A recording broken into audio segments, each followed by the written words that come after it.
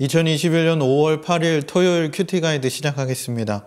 오늘 함께 묵상할 본문 말씀은요, 시편 95편 1절에서 11절의 말씀입니다. 오늘 제목은 창조주 하나님께 돌려야 할 마땅한 감사라는 제목으로 우리 함께 살펴보겠습니다. 우리 하나님은요, 천지 만물의 창조주시고 주관자이신데, 우리 하나님을 찬양하는 이 본시는 익명의 저자가 쓴 것으로 알고 있고요. 구약시대 당시 성전 예배 때에 사용된 감사 예배시다라는 기록이 있습니다. 본시는요, 전 후반부로 크게 두 부분으로 나눌 수 있습니다. 먼저 전반부는 1절에서 7절, 하나님께 대한 찬양의 초청과 하나님께 대해 찬양해야 할 이유에 대해서 이야기하고 있고요. 후반부는 8절에서 11절, 과거에 하나님께 순종치 않았던 출애굽 1세대들의 비극적인 결말에 대한 그런 역사적 회고를 통해서 조상들의 그 반역하여 당했던 그런 일들을 거울로 삼을 것을 교훈하고 있습니다. 결국에 오늘 이 시편은 우리에게 온 세상 만민들로부터 마땅히 찬양받으실 분은 유일한 참 신이신 만물의 창조자시고 구원자시고 주관자 되시는 우리 하나님 한 분뿐임을 이야기하고 있고요. 또한 우리가 하나님을 경외하는 자가 기본적으로 지녀야 할 자세가 어떤 것인지를 오늘 본문은 우리에게 이야기하고 있습니다. 내용 관찰 함께 살펴보겠습니다. 첫 번째로요, 시인은 누구를 찬양과 감사함으로 노래를 부르자고 권면합니까? 라고 이야기합니다. 1절에서 2절까지 해서 기록을 하고 있습니다. 오라 우리가 여호와께 노래하며 우리 구원의 반석을 향하여 즐거이 외치자. 우리가 감사함으로 그 앞에 나아가며 시를 지어 즐거이 그를 노래하자. 아멘. 먼저 여호와께 노래하자고 하면서요, 시인은 청중들을 향해서 이렇게 이야기합니다. 오라 그 앞에 나아가며. 이 얘기는요, 하나님을 예배하는 또한 찬양하는 자리로 나아오라는 이야기입니다. 그리고 이어서 우리 구원의 반석을 향하여 즐거이 외치자라고 이야기하고 있습니다.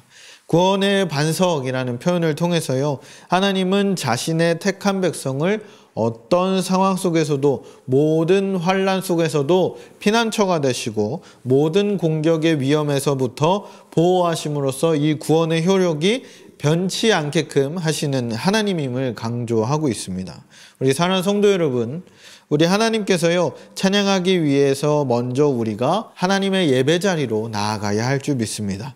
하나님을 찬양하는 그런 백성들의 모임에 참여하는 모든 성도들이요, 함께 찬양하고 예배 드리는 것이 바로 하나님께 나아가는 일이라는 거예요. 성경은요, 항상 이렇게 기록합니다. 그의 백성들이 함께 모여서 하나님을 예배하고 찬양해라. 우리 또한 그렇게 살아가야 할 줄 믿습니다. 두 번째 질문입니다. 여호와께 경배드려야 하는 이유에 대해서 무엇이라고 합니까? 3절에서 6절까지 기록을 하고 있습니다. 첫째는요, 여호와는 모든 신보다 크신 왕이기 때문에 우리가 경배해야 한다라고 기록하고 있는데요. 3절에 여호와는 크신 하나님이시요 모든 신들보다 크신 왕이시기 때문이로다. 여기서 모든 신, 이것은 하나님을 알지 못하는 자들이 섬기는 헛된 우상들을 총칭하는 그런 말인데요. 그런 것들은 모두 거짓신이고 아무것도 아니다. 오직 창조주 하나님이신 우리 하나님만이 참 신이시고 모든 신들보다 큰 왕이다 라고 기록을 하고 있습니다. 그렇기 때문에 우리가 여호와께 경배해야 한다. 둘째로요, 세상의 모든 것들은 이 창조주 하나님께서 만드신 것이기 때문에 우리가 경배해야 한다라고 이야기합니다. 4절, 5절입니다. 땅의 깊은 곳이 그의 손 안에 있으며 산들의 높은 곳도 그의 것이로다. 바다도 그의 것이라. 그가 만드셨고 육지도 그의 손으로 지으셨도다. 이것이 우리가 하나님을 경배해야 하는 두 번째 이유입니다. 하나님이 천지 만물을 창조하신 창조주시고요, 구원자시고 주관자이시므로 우리가 마땅히 찬양하고 감사해야 한다는 거예요. 그렇기 때문에 6절에서 우리를 지으신 여호와 앞에 우리가 무릎을 꿇자라고 이야기합니다. 우리 또한 이처럼 여호와께 마땅히 나아가야 할 이유가 있음을 오늘 본문은 기록을 하고 있습니다. 세 번째 질문입니다. 이스라엘 조상들이 하나님께 저지른 악행은 무엇입니까? 아까 앞에 부분에서도 이야기를 했지만 출애굽 1세대들이 지은 악행들이 있음을 이야기하고 있는데요. 어떤 악행들을 저질렀냐? 첫째는요, 마사, 무리바에서 하나님을 원망하고 불평했다 이야기예요. 하나님께서 이스라엘 백성들을 큰 기적으로 출애굽하게 하셨으나 이스라엘 백성들은요, 늘 이 광야에 물이 없다는 것을 불평불만을 하게 됩니다. 이스라엘 백성들이요, 모세를 원망하기 시작하고요, 이 모세가 부르짖어서 기도하니 하나님께서는요, 이 모세에게 지팡이를 들어서 반석을 치라 이야기하면서 그들이 이야기하는 것이 여호와께서 우리 중에 계신가 계시지 않은가 시험하였으므로까지 이야기합니다. 모세는요, 그곳 이름을 마사 또는 무리바라고 부르면서 그때의 일들을 하나님은 기억하고 계시다는 거예요. 둘째로요, 가데스바네아에서의 그 불순종이 이 하나님의 진노를 불러일으키게 됩니다. 각 지파별로 한 명씩 12명의 정탐꾼을 뽑아서 이 가나안 땅으로 보냅니다. 여호수아와 갈렙을 제외한 그 10명의 정탐꾼은 하나님의 뜻과 반대되는 보고를 하게 되고요. 이것들을 들은 이스라엘 백성은 하나님을 원망하고 이 모세를 원망합니다. 가나안 땅으로 들어가려고 했던 그런 하나님의 명령을 거부하고 모세를 죽인 후에 애굽 땅으로 돌아가려고 하는 그런 행동들을 보이게 되는데요. 우리 사랑하는 성도 여러분, 이스라엘 조상들처럼요, 하나님을 원망하고 불평하고 불순종하는 일이 우리 일상생활 또한 우리 신앙생활에서도 되풀이 되지 않길 소망합니다. 하나님은 그것들을 바라고 있습니다. 오늘 본시를 통해서요, 이 이스라엘 백성님들이 원망했던 것들을 거울 삼아 우리는 그렇게 하지 않아야 된다라고 이야기하시는 거예요. 그럼 연구와 묵상을 보겠습니다. 우상을 섬기며 하나님께 대한 완악한 마음을 갖는 자들이 받게 되는 형벌과 하나님께서 그 일에 대해서 강조하시는 이유에 대해서 묵상해 봅시다 라고 이야기합니다. 하나님께 대하여 그런 완악한 마음을 갖는 자들의 그 형벌은 어떤 형벌을 받게 될까요? 하나님의 안식에 들어가지 못하게 된다는 형벌을 받았습니다. 시인은요, 과거 이스라엘 백성들이 광야 40년 동안 마사와 무리바에서 했던 것처럼 하나님 앞에서 고집을 부리면서요, 이 하나님의 안식, 그 천국에 들어가지 못할 것이다 라는 것을 경고를 합니다.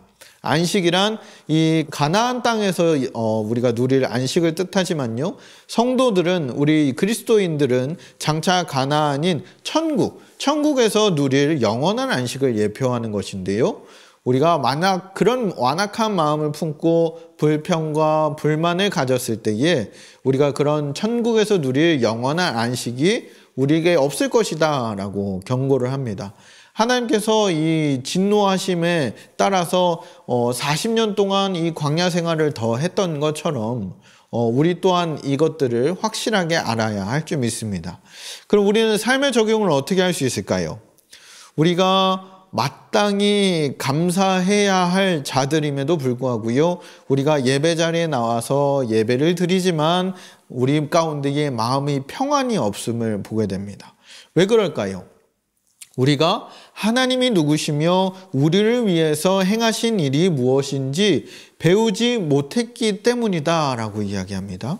하나님께서 나를 위해서, 나를 구원하시기 위해서 행하신 일들을 우리가 안다면 당연히 감사의 마음을 품어야 하지만 우리가 그분이 어떤 분인지, 어떤 일을 행하였는지를 알지 못하기 때문에 우리가 마음으로 찬양할 수 없었다는 거예요. 또한 이어서요, 감사한 마음으로 예배에 나오고 즐거운 마음으로 힘을 다하여 찬양하면서 예배를 드리지 못했기 때문이에요. 불평하는 자로 살아갔고요, 감사하는 마음 대신 그냥 매너리즘에 빠져 그렇게 예배할 때가 너무나 많음을 우리가 고백해야 합니다.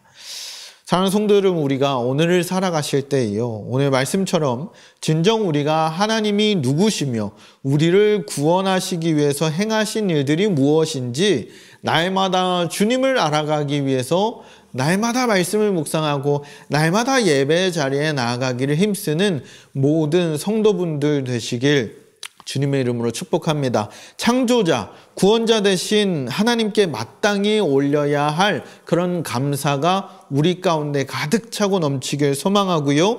또한 우리가 이제 주일날 예배를 또한 드릴 때에 그런 예배가 또한 우리 삶까지 이어질 수 있도록 기도하시고 불평보다는 감사하는 마음을 품고 살아가는 우리 맑은샘 광천교회 모든 성도분들 되시길 주님의 이름으로 축복합니다.